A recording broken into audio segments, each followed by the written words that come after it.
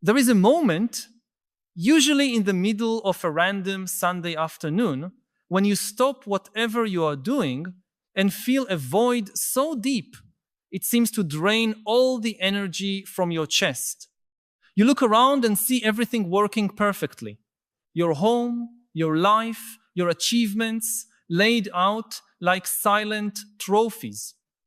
Yet inside, there is only a hollow echo, as if you were an actor performing your own life without ever truly living it. This feeling has no name in traditional psychology manuals, but Yuval Harari identifies it as the most revealing symptom of our time, the mass emotional collapse that is happening right under our noses, disguised as progress and global connectivity. It is not depression in the clinical sense, nor ordinary anxiety. It is something far more subtle, and for that very reason, far more dangerous. It is the feeling that we have lost something fundamental about what it means to be human, and we no longer even know what that thing was that we lost.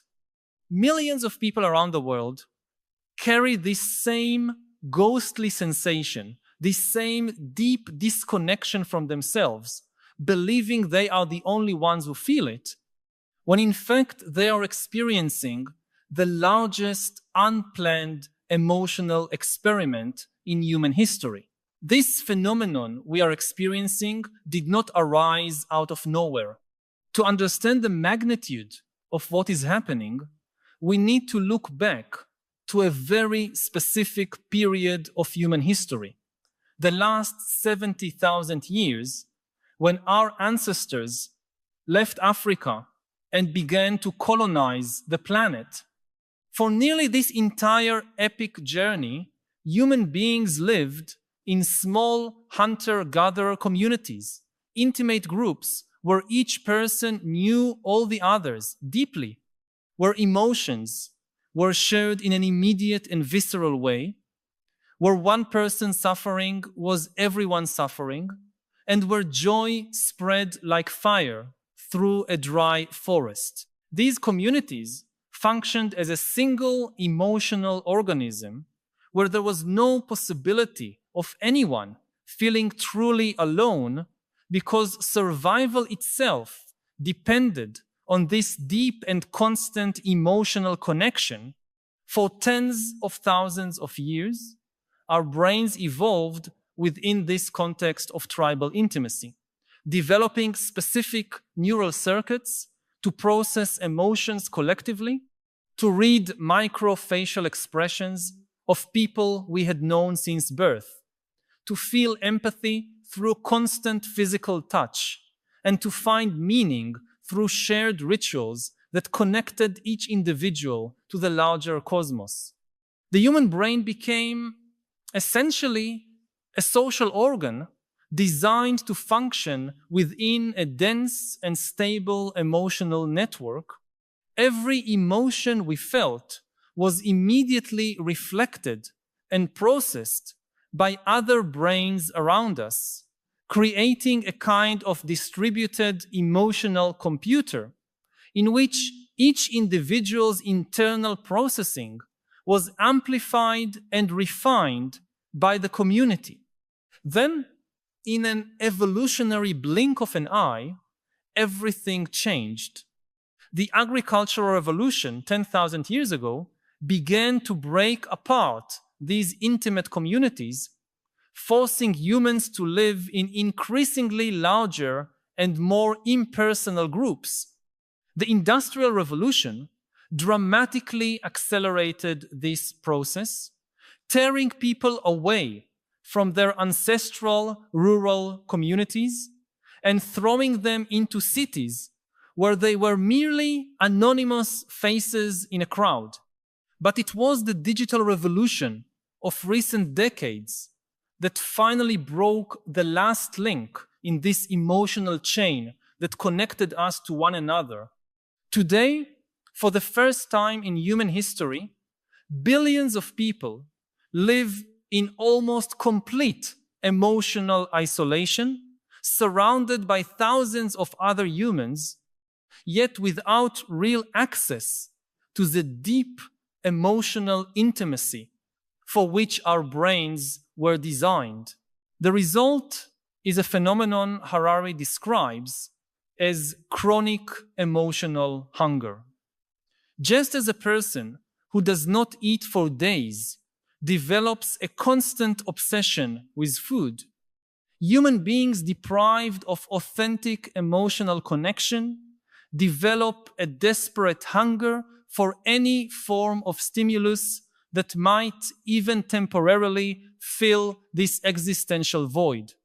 This hunger makes us vulnerable to all kinds of emotional manipulation, from advertising campaigns that promise happiness through consumption, to extreme political ideologies that offer an artificial sense of belonging through shared hatred against external groups. We spend fortunes on therapy, self-help courses, spiritual retreats, and exotic experiences, always searching for that lost connection, but rarely understanding that we are trying to solve an evolutionary problem with individual solutions. Modern technology, particularly social networks and smartphones, has not only failed to solve this emotional crisis, but has intensified it exponentially.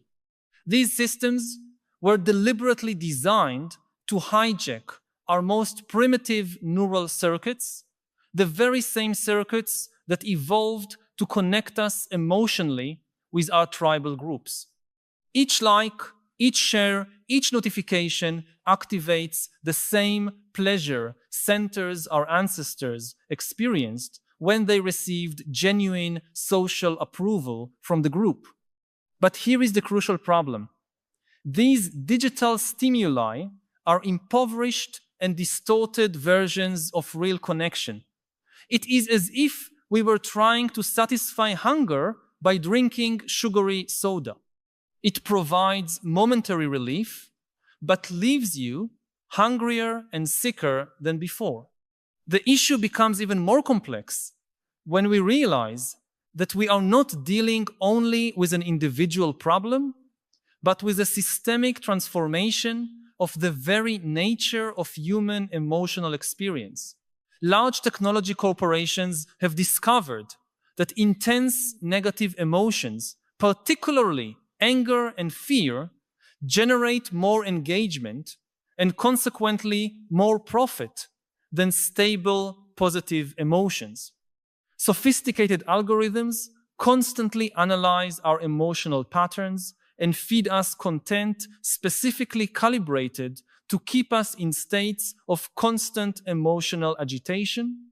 The result is that millions of people live in a permanent state of micro-emotional traumas, bombarded daily with information that activates their stress systems without ever offering resolution or real meaning. This systematic emotional manipulation has created a new form of alienation that goes far beyond anything any philosopher or sociologist of the past could have imagined. We are not only alienated from the product of our labor or from our physical communities, we are alienated from our own emotions.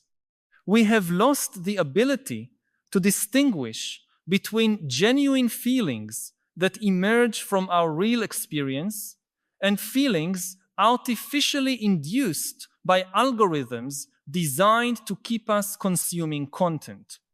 Many people report the strange sensation of no longer knowing what they truly feel about anything, as if their emotions were third-party commentary on their own lives. Parallel to this individual emotional crisis, we are witnessing the emergence of a new type of artificial tribalism that promises to fill the void left by the loss of authentic communities, but in reality deepens it even further. People desperate for belonging cling to extreme political, ideological, or cultural identities that offer the illusion of connection through shared hostility toward other groups. This digital tribalism creates a temporary sense of purpose and meaning, but it is fundamentally different from ancestral tribal belonging because it is based on abstraction and hatred rather than love and deep mutual knowledge. The result is a devastating emotional paradox. The more we connect with these artificial tribes, the more disconnected we become from our basic humanity. I want to pause for a moment to ask, do you also feel this deep disconnection in your daily life? This feeling that despite being more connected than ever through technology, something essential was lost along the way? I know it can be difficult to put into words. Many of us carry this weight in silence, believing that we are the only ones to feel this particular emptiness. But you are not alone in this. If this feeling resonates with you, share your experience in the comments. It can be as simple as writing, "I feel this disconnection when," and then completing it with your personal experience. Your comment may be exactly what someone else needs to read today to feel that they are not alone in their struggle. Sometimes, naming what we feel is the first step toward transformation. Harari's analysis suggests that we are living through a particularly dangerous collective illusion. The illusion that we can solve evolutionary emotional problems through individual technological or pharmacological solutions. We spend billions of dollars annually on antidepressants, anxiolytics, and various therapies, treating the symptoms of emotional collapse as if they were individual defects to be fixed, when in fact they are perfectly rational responses to a completely irrational emotional environment. It is like trying to cure scurvy without ever mentioning vitamin C deficiency. We can treat the symptoms indefinitely, but the underlying condition remains unchanged. This individualized approach to emotional suffering is not only ineffective, it is actively harmful because it diverts our attention from the true systemic causes of the problem. When a person feels chronically empty and disconnected, the dominant social response is to suggest that they seek professional help, practice meditation, change their habits, or adjust their mindset. All of these can be useful interventions, but they fail to address the fundamental fact that human beings are not designed to live in emotional isolation.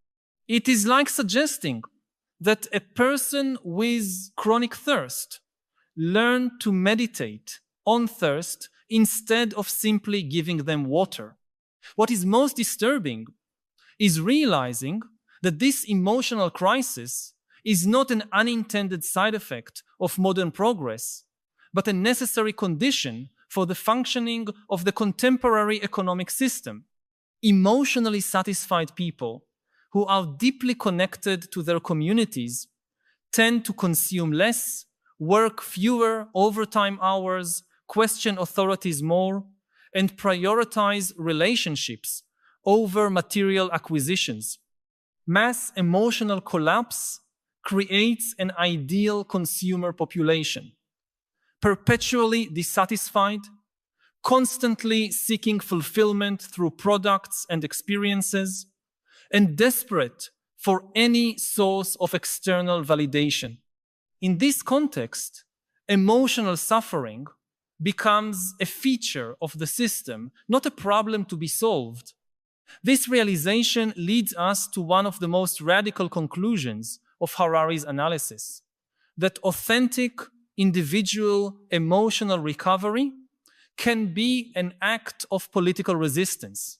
When a person manages to develop genuine emotional connections and finds meaning through deep relationships rather than consumption, they automatically become less manipulable by systems that depend on our chronic emotional hunger.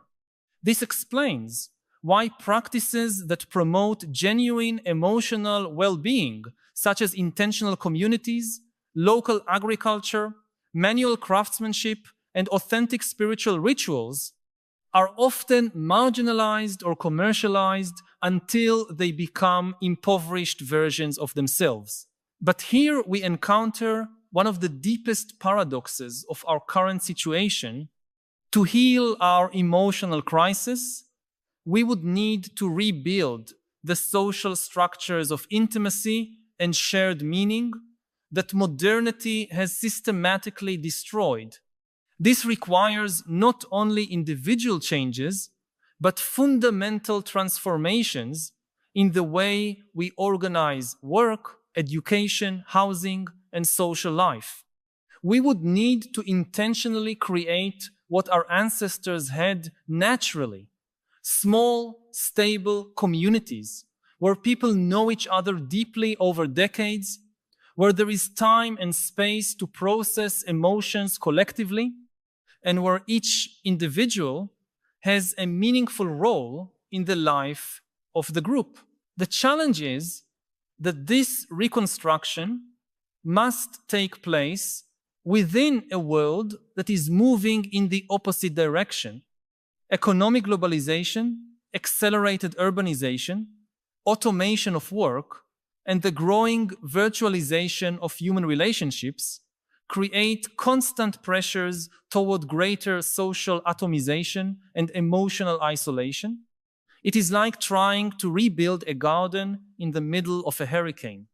It is not impossible, but it requires very specific strategies and a level of awareness and intentionality that most people simply do not have the energy to develop while they are struggling to survive emotionally day to day. Artificial intelligence adds a new dimension to this crisis because it promises to solve our emotional isolation through increasingly sophisticated artificial companions. Soon, we will have access to AI systems capable of deep emotional conversations that will know our psychological patterns better than we know ourselves, and that will be available 24 hours a day to offer personalized emotional support. On the surface, this may seem like a solution to our hunger for connection, but Harari warns that it may be exactly the opposite, the final blow to our ability to form authentic emotional relationships with other human beings. Real human relationships are intrinsically imperfect, unpredictable, and demanding. They require commitment, patience, forgiveness, and the ability to deal with fundamental differences in perspective and temperament. Relationships with AI will be perfectly adapted to our individual preferences, always responsive to our emotional needs, and never challenging us in ways we find uncomfortable. It is easy to imagine an entire generation of people who prefer the emotional companionship of artificial systems to the complex challenges of genuine human relationships. The result would be a humanity that is emotionally competent individually, but completely incapable of forming the deep social bonds that are essential for our long-term psychological and social health. This brings us to a central question that defines our era. Is it possible to recover our capacity for authentic emotional connection within the structures of modern civilization? Or is this capacity fundamentally incompatible with the demands of contemporary life? Harari suggests that the answer depends on our ability to consciously recognize the forces that are shaping our emotional experience and make deliberate choices to resist those that emotionally impoverish us. This does not necessarily mean completely rejecting technology or trying to return to a pre-modern lifestyle, but rather developing what we might call systemic emotional literacy, the ability to distinguish between stimuli that nourish our humanity and those that exploit it. This requires a level of emotional self-awareness far more sophisticated than we typically develop, the ability to observe our own internal states in real time and recognize when we are being manipulated by systems designed to profit from our emotional vulnerability. Some people and communities are already developing practical strategies for this emotional resistance. They intentionally create technology-free spaces where they can practice slower, deeper forms of connection. They establish regular rituals of deep conversation where each person has time and space to express their real emotional experiences without judgment or attempts to solve the problems presented. They cultivate practices of shared physical presence, from community meals without electronic devices to collaborative projects that require bodily and emotional coordination in real time. What these initiatives have in common is the recognition that authentic emotional connection is not something that happens automatically simply by being in the presence of other human beings. In our current culture, it requires deliberate cultivation and constant protection against forces that tend to superficialize and commercialize our emotional interactions. It is like keeping a fire burning in the middle of a storm. It requires constant attention and an intimate knowledge of the conditions that allow the flame to keep burning. Harari observes that one of the most distinctive characteristics of this contemporary emotional crisis is its relative invisibility. Unlike social problems such as war, famine, or epidemic disease, mass emotional collapse is a silent phenomenon that manifests through symptoms our culture tends to interpret as individual issues: depression, anxiety, addiction, domestic violence, suicide, and a generalized sense that life has lost its flavor and meaning. These individual manifestations obscure the broader pattern, making it difficult to recognize that we are dealing with a collective crisis that requires collective solutions. This invisibility is amplified by the fact that the most emotionally isolated people are often those who externally appear to be the most successful according to conventional standards.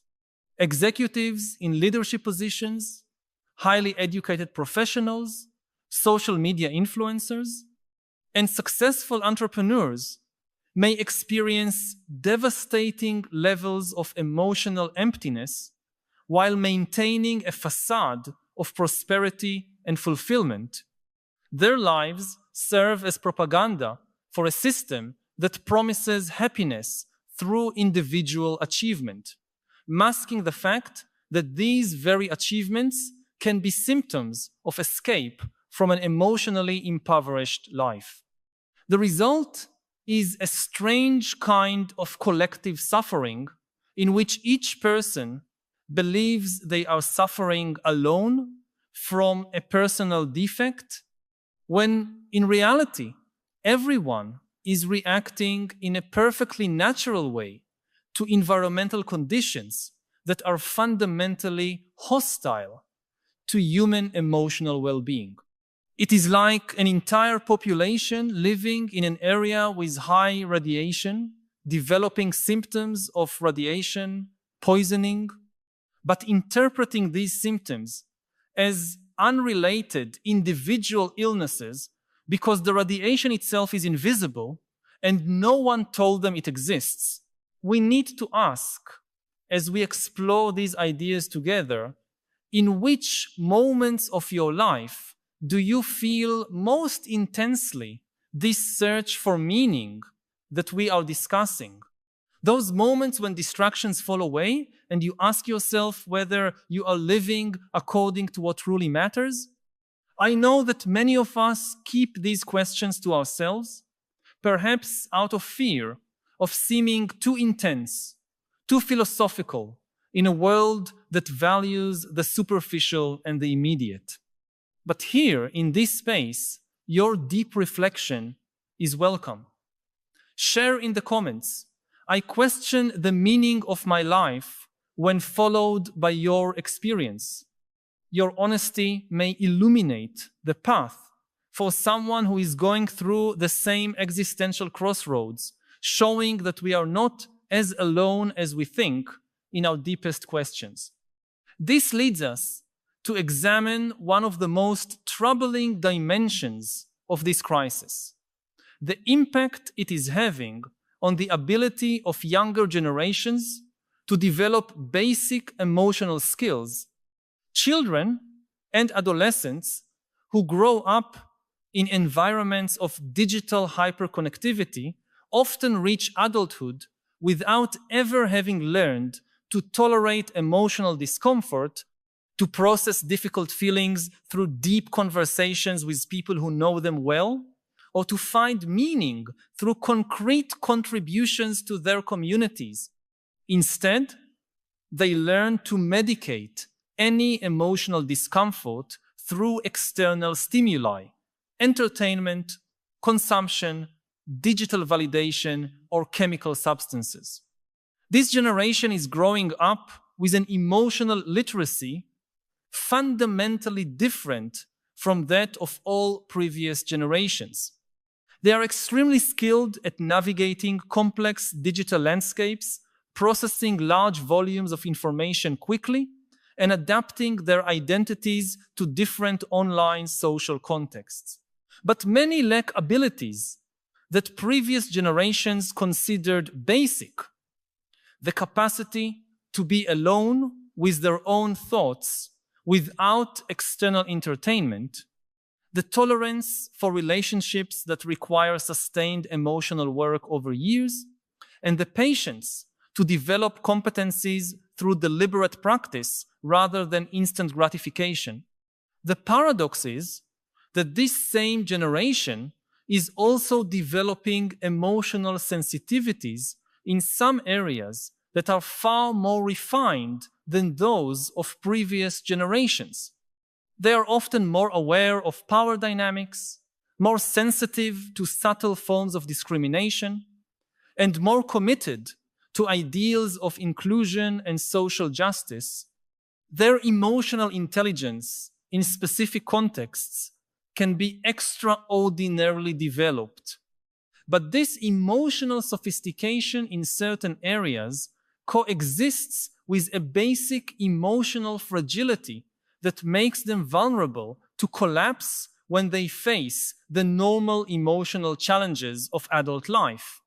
This situation creates a peculiar kind of generational polarization in which older generations often interpret young people's emotional sensitivity as weakness or whining, while younger generations interpret the emotional robustness of older people as insensitivity or ignorance regarding complex social issues. Both interpretations miss the central point that different generations have developed different types of emotional competence in response to radically different emotional environments, and that neither is fully adequate for navigating the contemporary emotional reality. What we need is a synthesis that combines the basic emotional robustness that allowed previous generations to face sustained hardship with the refined emotional sensitivity that allows younger generations to recognize and address more subtle forms of human suffering. This synthesis will not emerge automatically. It requires conscious effort and collaboration between generations that are currently often in conflict over basic emotional issues. Harari suggests that one of the keys to this synthesis lies in recognizing that emotional competence, like any other form of competence, requires deliberate practice under conditions that are sufficiently challenging to promote growth, but not so overwhelming that they cause trauma. In today's society, we tend to oscillate between extremes. Either we excessively protect young people from any emotional discomfort, or we throw them into emotionally toxic environments without adequate support. Neither approach develops true emotional resilience. The deliberate practice of emotional competence requires environments in which people can experience real emotional challenges within contexts of genuine support, where they can fail without devastating consequences, and where they can receive honest feedback about their emotional patterns from people who care about their long-term well-being. Traditionally, families and stable communities provided these contexts naturally. Today, we need to create them intentionally. This brings us to one of the most radical proposals in Harari's analysis, that perhaps we need to completely redefine what we consider mental health in an era of accelerated technological change. Current criteria for mental health were developed for humans living in relatively stable societies, where the main emotional challenges were related to interpersonal conflicts, personal losses, and crises of meaning within established cultural structures. Today, we face emotional challenges that simply did not exist before. The need to maintain a coherent identity across multiple digital platforms, the pressure to process daily volumes of global traumatic information, and the task of finding meaning in a world where traditional structures of meaning are collapsing in real time. A person who can navigate these new emotional challenges with competence may appear abnormal according to traditional psychological standards. They may need to establish boundaries with technology that seem extreme, prioritize local relationships in ways that seem antisocial, or choose material simplicity in ways that seem regressive. Conversely, a person who adapts perfectly to the emotional demands of contemporary society may be developing patterns that would be profoundly pathological in any other historical context. This suggests that we need new frameworks for evaluating emotional well-being that take into account the specific conditions of our historical era, instead of simply asking whether a person can function within existing social structures.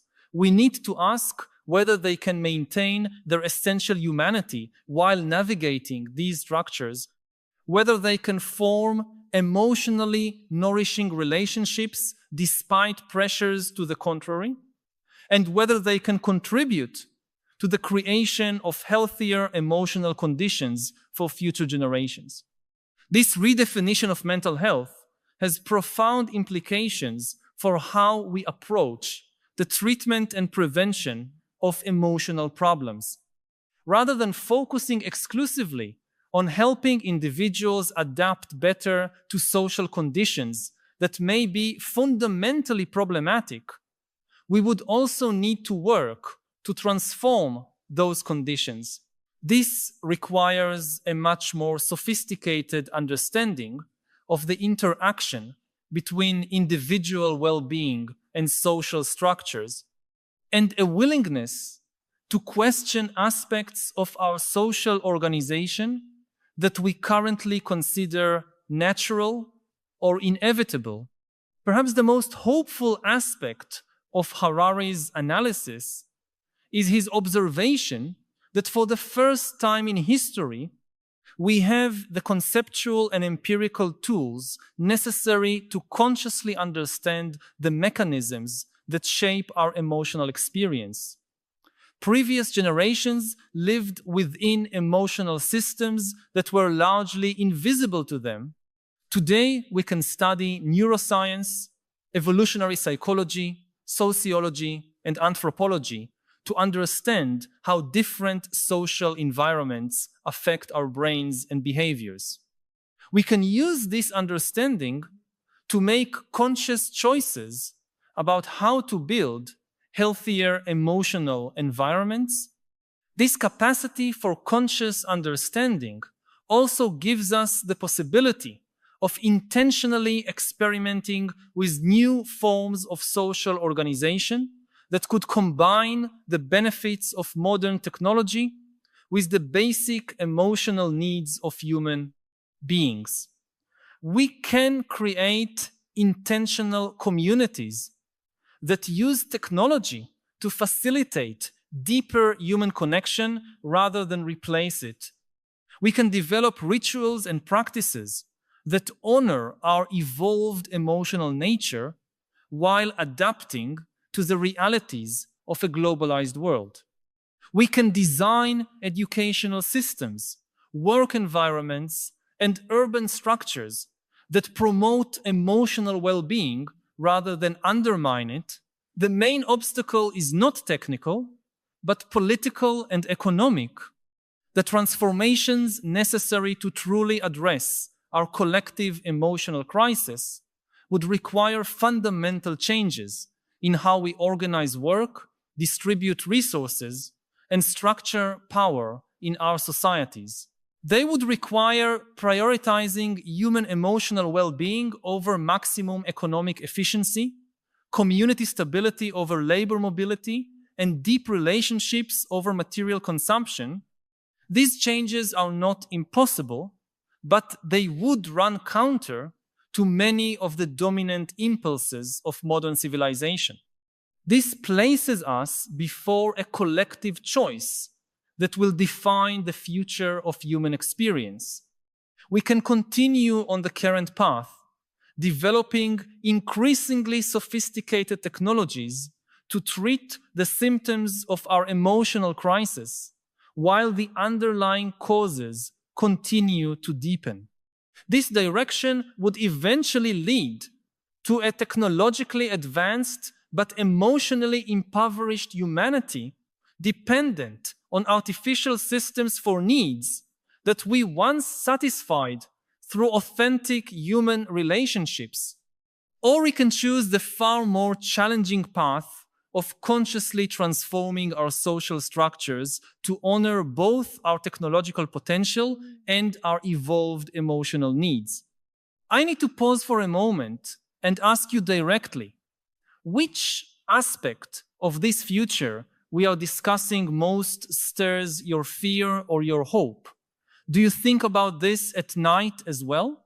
I know that we often keep these reflections to ourselves, perhaps out of fear of seeming overly worried or overly optimistic in a world that swings between extremes.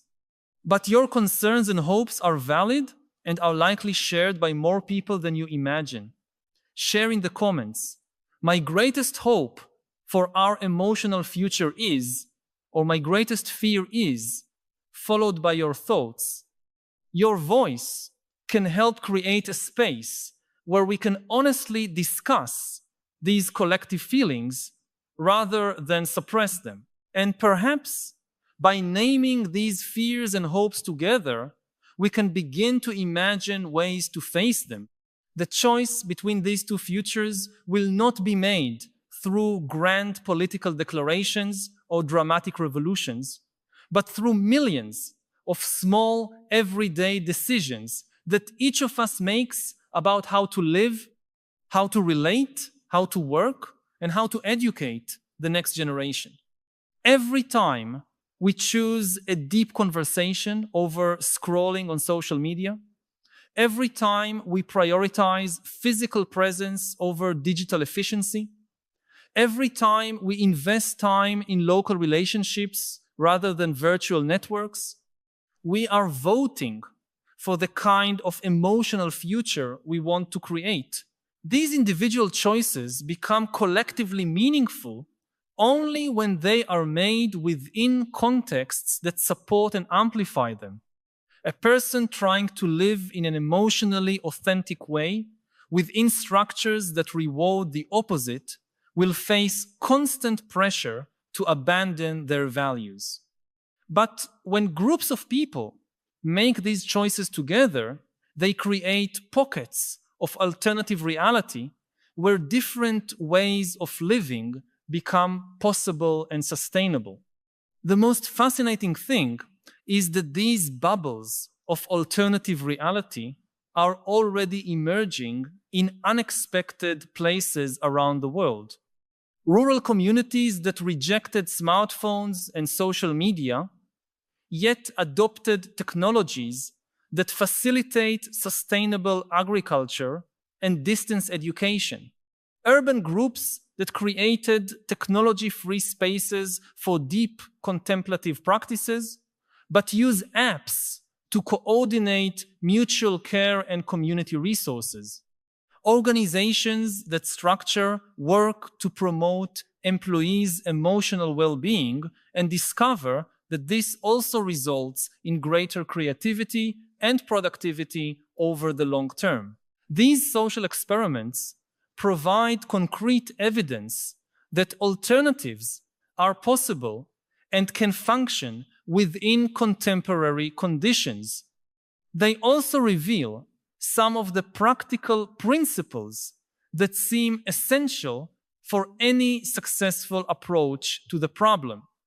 The importance of protected spaces and times for deep human connection, the need to balance individual autonomy with collective responsibility, and the value of combining ancestral emotional traditions with modern scientific insights into how human minds actually work. Perhaps most importantly, these experiments demonstrate that it is possible to recover emotional capacities that many of us assumed were lost forever. People who lived for years in emotional isolation can relearn how to form deep bonds. Individuals who became addicted to constant digital stimulation can once again develop the capacity for silent contemplation and sustained presence. Communities fragmented by modern mobility can rebuild networks of mutual care and shared meaning. This process of recovery is neither easy nor quick.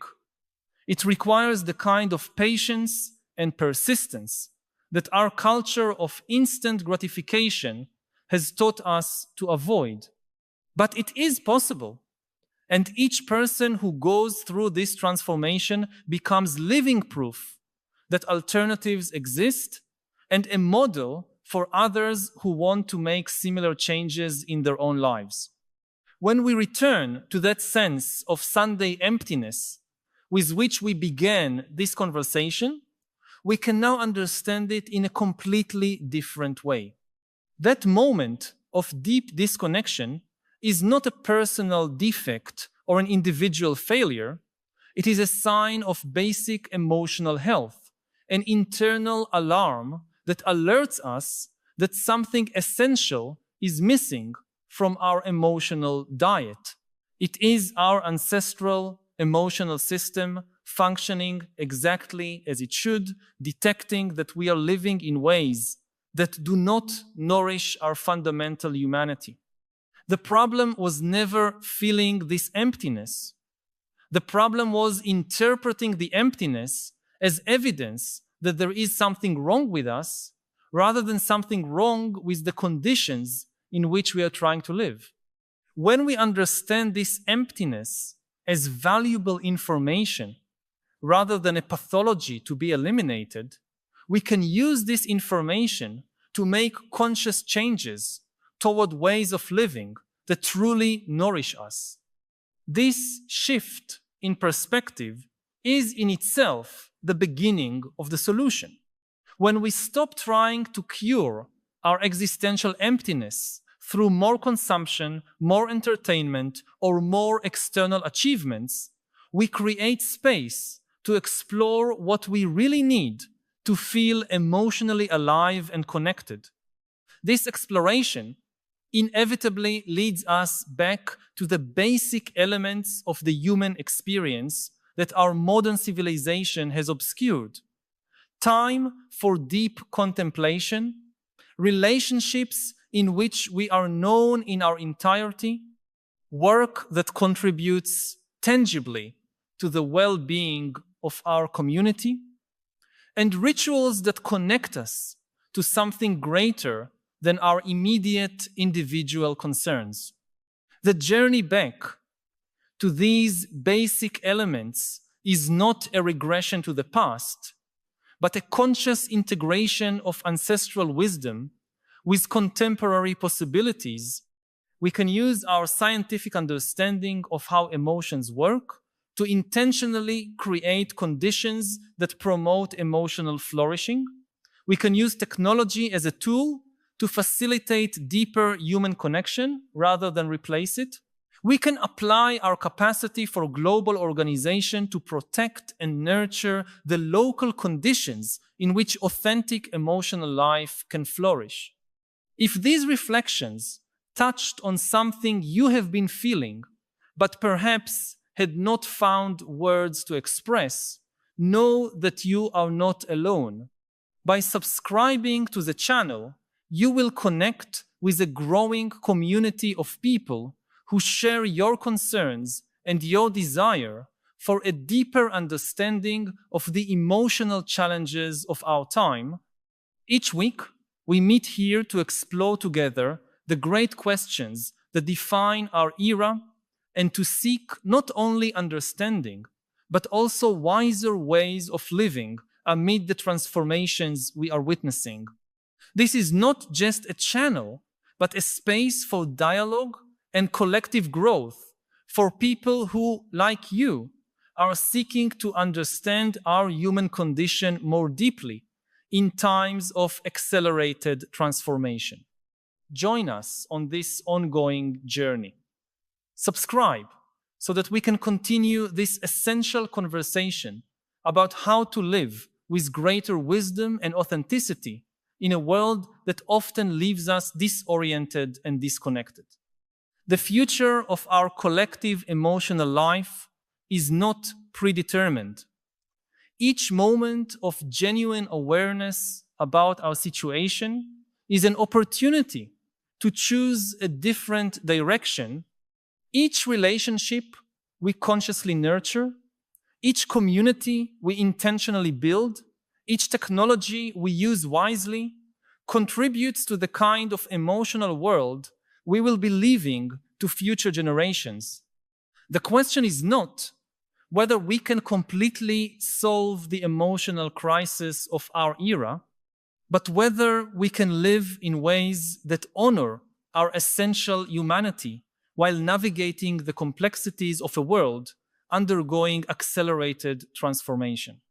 The answer to this question is being written in the choices we make today, in the conversations we have today, and in the courage we find today to live in accordance with what we know to be truly nourishing for the human soul.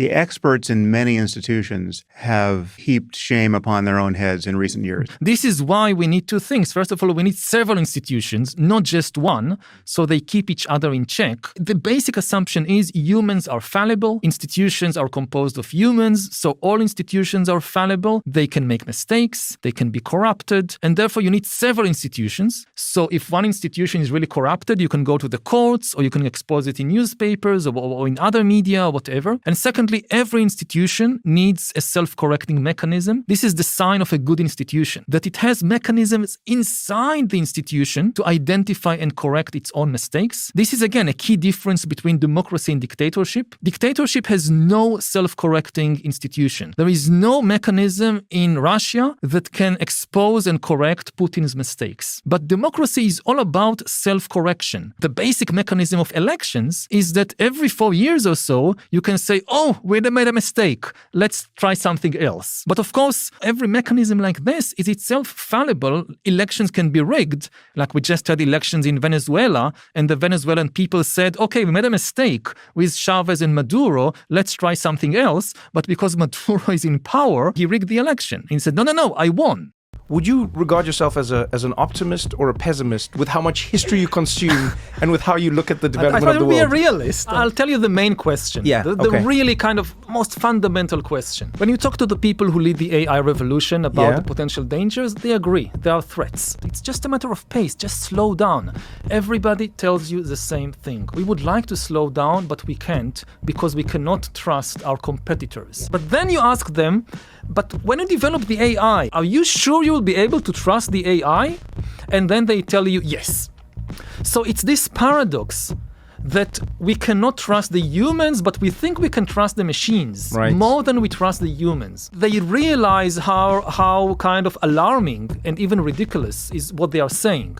That we cannot solve trust between humans, but we think we can solve trust with the aliens. But the key thing is they tell you, it's like you're trapped in a room, and one door, you open it for thousands of years, and there is a monster behind the door. Mm-hmm. This is the inability to trust humans. And there is another door, and there is a very high chance there is an even worse monster behind that door, but we never opened it. So we are not sure.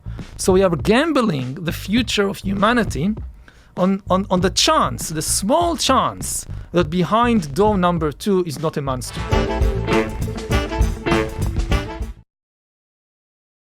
Humans are the most intelligent animals on the planet. They are also the most delusional entities on the planet. A super intelligence is likely to be super delusional as well.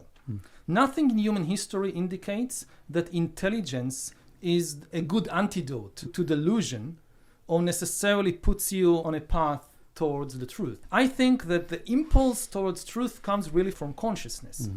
And since there is no evidence that AI has consciousness, and maybe it will develop, maybe as we speak, the first conscious AI is being kind of born somewhere.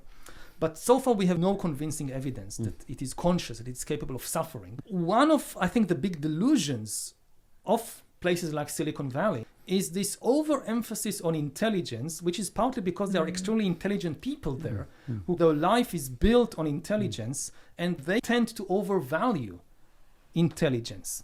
And this is a very dangerous thing. My kind of historical instinct is that a super intelligent AI, if it lacks consciousness, it will not pursue the truth. It will very quickly start to pursue other things, which will be shaped by delusions of various types.